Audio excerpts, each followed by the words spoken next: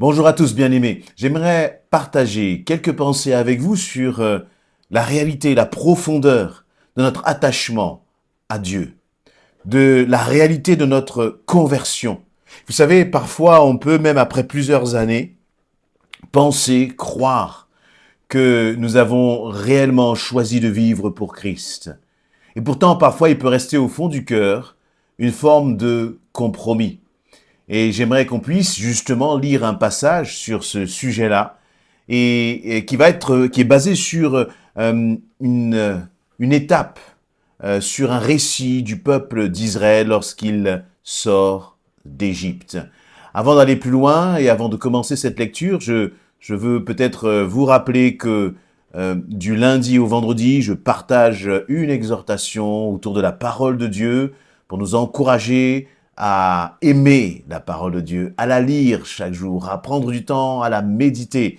Et si cette vidéo vous fait du bien, eh bien, likez là avec un pouce, abonnez-vous à notre chaîne YouTube, partagez autour de vous et laissez un commentaire parce que cela fait du bien, ça encourage et c'est un réel moyen aussi, je crois, de partager aussi notre foi.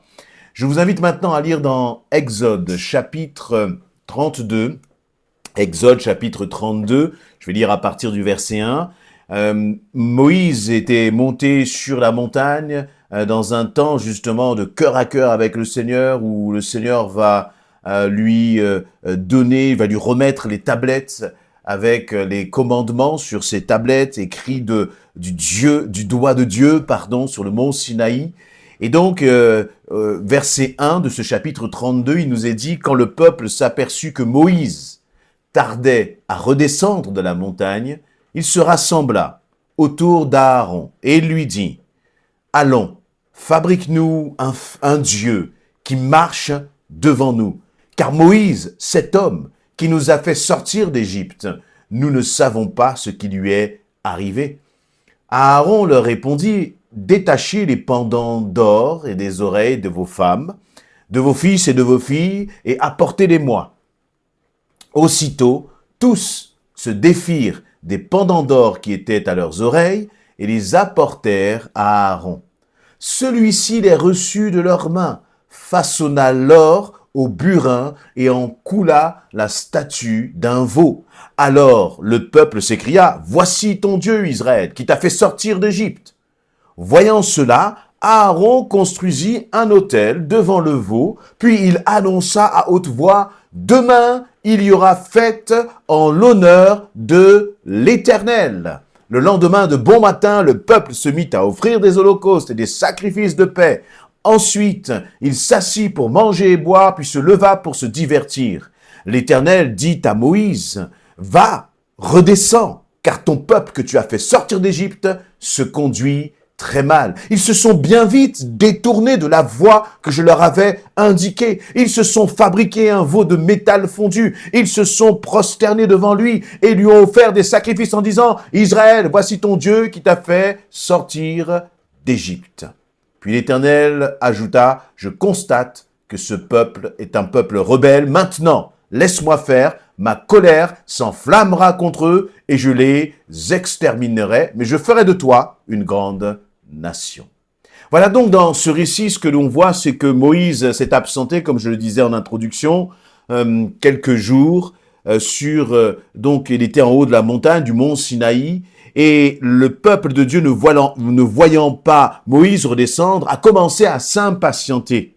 Et ils ont demandé à Aaron, qui était lui resté en bas et qui finalement avait pour responsabilité de veiller sur le peuple en l'absence de Moïse, ils ont demandé à Aaron, « Fabrique-nous un Dieu qui marche devant nous, puisque Moïse ne redescend pas. » Et ce qu'a fait Aaron, c'est qu'il leur a dit, il leur a même donné des idées, vous voyez. Il a été inspiré, notre cher Aaron, à tel point qu'il a dit à ces hommes et ces femmes, écoutez, vous allez récupérer l'or là, qui sont dans vos bijoux, dans vos boucles d'oreilles, et puis on va faire fondre tout ça, et je vais vous faire un veau d'or, et ce sera votre Dieu qui marchera devant vous. Quelle honte, quelle tristesse de voir la façon dont le peuple de Dieu s'est retourné en quelques temps, en quelques instants. Que s'est-il passé finalement? Pourtant, ce peuple avait vu Dieu agir de façon extraordinaire. Ils avaient vu la puissance de Dieu les libérer. Ils avaient vu la mer rouge s'ouvrir devant eux. Ils ont vu des miracles de Dieu. Ils ont vécu des miracles de Dieu. Mais ce que l'on constate, c'est que dès que le conducteur spirituel Moïse s'est absenté quelque temps, ils sont tout de suite retournés à leur ancien péché, à leur ancienne habitude, à leur ancienne vie finalement. Oui, parce que lorsque le peuple d'Israël était prisonnier, était esclave des Égyptiens, eh bien, ils côtoyaient dans leur quotidien les dieux égyptiens. Peut-être même se prosternaient-ils, peut-être même qu'ils avaient une forme de compromis à l'égard de ces dieux qui étaient autour d'eux. Ils étaient comme imprégnés finalement de la culture de ce monde. Ils étaient imprégnés de la culture de ces Égyptiens. Et quand Dieu est intervenu dans leur vie, ils étaient heureux de voir Dieu intervenir, heureux de voir Dieu les libérer. Mais ils n'avaient pas réellement donné leur vie à Dieu. Ils aimaient la bénédiction de Dieu, mais ils n'aimaient pas le Dieu de la bénédiction finalement. Et donc au premier obstacle, au premier problème, à la première souffrance, c'est comme s'ils sont tout de suite retournés vers ce peut-être à quoi ils étaient encore attachés au fond de leur cœur. Et vous voyez, parfois, on peut venir à l'église. On peut même passer par les eaux du baptême. On peut faire même parfois de grandes déclarations et de façon sincère en disant « Seigneur, je te donne ma vie ».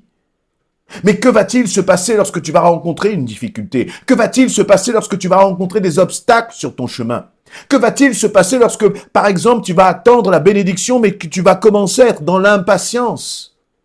Ce qui risque de se passer dans ces moments-là, c'est que les mauvaises racines qui sont au fond de nos cœurs vont commencer à prendre le dessus.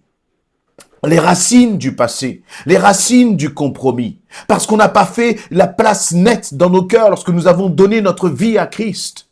Et je crois qu'il n'est pas bon pour un enfant de Dieu de garder des choses qui sont des choses du passé dans son cœur, qui sont des choses, voyez, comme une sorte de compromis. Il faut que lorsque le Seigneur touche ton cœur, tu le laisses entrer dans toutes les pièces de ta vie, dans tous les compartiments de ton cœur, de ton âme, de tes pensées, afin que le témoignage et la conversion soient totales, véritables et complètes. Il est toujours dangereux pour un enfant de Dieu d'accepter encore certains compromis dans nos vies. Ça peut être des compromis dans les relations du passé. Lorsque tu as donné ta vie à Christ, c'est aussi l'occasion de faire place nette avec peut-être des fréquentations qui ne sont pas à la gloire de Dieu. Mais parce que si tu gardes ces fréquentations, si tu gardes ces habitudes, ces mauvaises habitudes, le jour où spirituellement tu vas te sentir un peu moins fort, un peu moins en bonne santé spirituelle, tout cela va revenir très rapidement. Il a suffi que Moïse s'absente quelque temps pour que tout de suite le peuple de Dieu puisse se créer un veau d'or, puisse se fabriquer un veau d'or. Et en plus, voler la gloire qui est à l'Éternel pour l'attribuer à un simple veau, bien-aimé. Mais quelle absurdité! Mais la réalité, c'est que bien des fois, dans les difficultés, dans l'épreuve, nous aussi, nous pouvons réagir d'une façon, excusez-moi ce terme qui est peut-être un peu dur, mais de façon absurde.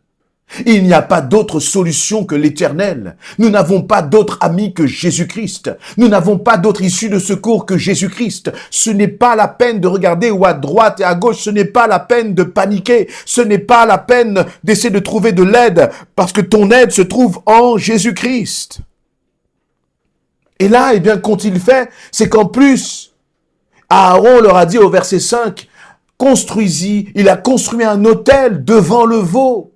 C'est comme s'il en a rajouté encore en disant à haute voix, demain il y aura fête en l'honneur de l'Éternel. Comment peut-on agir de la sorte? Comment peut-on fonctionner de la sorte? C'est-à-dire, comment peut-on se dire, Seigneur, je te désobéis, mais en plus je vais te rendre honneur? Et vous savez, bien-aimés, c'est très souvent et très facilement ce qui peut se passer. Par exemple, dans le cadre du célibat, tu vois que le temps passe. Ton désir de fonder une famille, eh bien, n'est toujours pas comblé. alors tu peux commencer justement à te chercher d'autres solutions qui ne viennent pas du Seigneur et en même temps te dire que cette solution qui ne vient pas du Seigneur va quand même honorer l'Éternel. Tu vas commencer à chercher un mari, une épouse inconvertie en te disant oui mais je sais que Dieu est d'accord. Ou peut-être que dans le cadre de ton mariage, tu penses au divorce. Alors je ne peux pas rentrer dans des cas particuliers. Mais ce que je sais, c'est que Dieu hait le divorce. Et vous voyez, dans une telle situation, on peut dire oui, mais dans telle situation, ça va honorer l'Éternel. Vous voyez, Aaron a dit, il avait désobéi d'une façon, claire, nette, précise. Et pourtant, il s'est dit, demain, nous ferons la fête en l'honneur de l'Éternel. Dieu ne veut pas une fête. Dieu veut notre obéissance. Dieu veut notre soumission, quelles que soient les circonstances. Et c'est cela qu'il désire. Et c'est notre obéissance qui va générer, qui va, faire que notre Dieu va être dans la joie lorsqu'il va nous regarder, lorsqu'il va te regarder. Mais bien-aimés, méfions-nous de tout ce que nous laissons encore de notre cœur et que nous avons hérité de notre passé. Méfions-nous la Bible nous demande de ne pas nous conformer au siècle présent. Mais c'est comme si, même en étant dans le désert, pourtant ils étaient géographiquement éloignés d'Égypte dans ce désert. Géographiquement, ils étaient éloignés des us et coutumes des Égyptiens.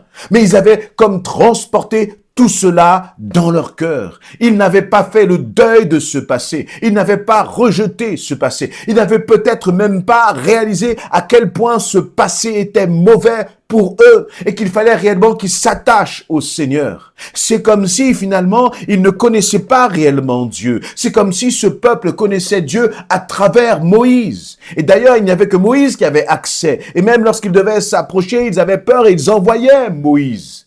Et bien aimé, laissez-moi vous dire une chose. Vous ne pouvez pas vivre, vous ne devez pas vivre votre vie spirituelle à travers uniquement vos conducteurs spirituels, à travers uniquement vos responsables d'église, ou même à travers uniquement, votre église. Nous devons développer une intimité personnelle avec notre Dieu. Et c'est la qualité de votre intimité personnelle avec votre Dieu qui va bénir votre église. Je crois qu'en tant qu'enfant de Dieu, on ne doit pas vivre sa vie chrétienne seul. Mais par contre, nous devons avoir une intimité avec notre Dieu. Et manifester cette intimité dans le cadre de l'Église. Parce que tout ce que tu vas recevoir du Seigneur dans ton moment d'intimité, ça va bénir les frères et sœurs de l'Église et vice-versa. Mais on ne peut pas être dans une forme, vous voyez, presque d'être comme des enfants dans notre relation avec Dieu. Dieu veut te parler à toi directement et cœur à cœur. Et pas uniquement à travers ton pasteur. Bien sûr que Dieu parle à travers ses ministères, ses enseignants, ses prophètes, ses apôtres que Dieu place pour l'édification de l'Église. Mais ce ne vient pas en remplacement de ce que toi, tu dois développer ta relation avec Dieu. Le peuple d'Israël, il me semble que ne connaissait pas, dans ce moment-là en tout cas, ne connaissait pas réellement Dieu. Ils étaient prêts très facilement à attribuer justement la gloire de Dieu à un faux Dieu, à un veau qu'ils ont fabriqué eux-mêmes.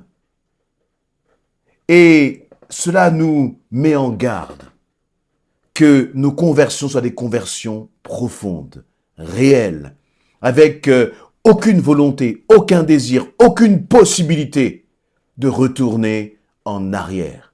Regarde en avant. Attache-toi au Seigneur, persévère. Si les choses n'arrivent pas dans le temps que toi tu voudrais, peu importe. Ce qui compte, c'est le temps de Dieu. Et c'est le temps de Dieu qui est le bon temps, bien-aimé. Et c'est ce qui compte, de nous attacher à lui, de nous attendre à lui. Dans le mot attendre, il y a la dimension de la patience, il y a la dimension de la persévérance. Mais surtout, ne pas marcher dans le compromis. Venir là, par exemple, à l'église, s'appeler frère et sœur, mais avoir dans son cœur encore un regard sur le passé, encore un attachement sur le passé. Non, il faut couper les liens avec le passé. Il faut couper les liens avec les désirs même du passé et vivre réellement la réalité de la vie nouvelle en Christ.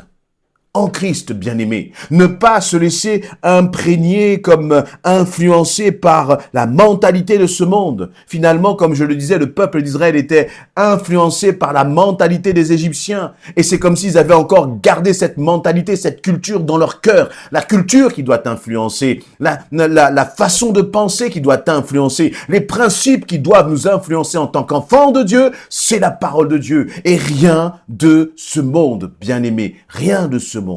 Alors je veux vraiment vous encourager à travers ces paroles et surtout dans ces temps de la fin que nous vivons.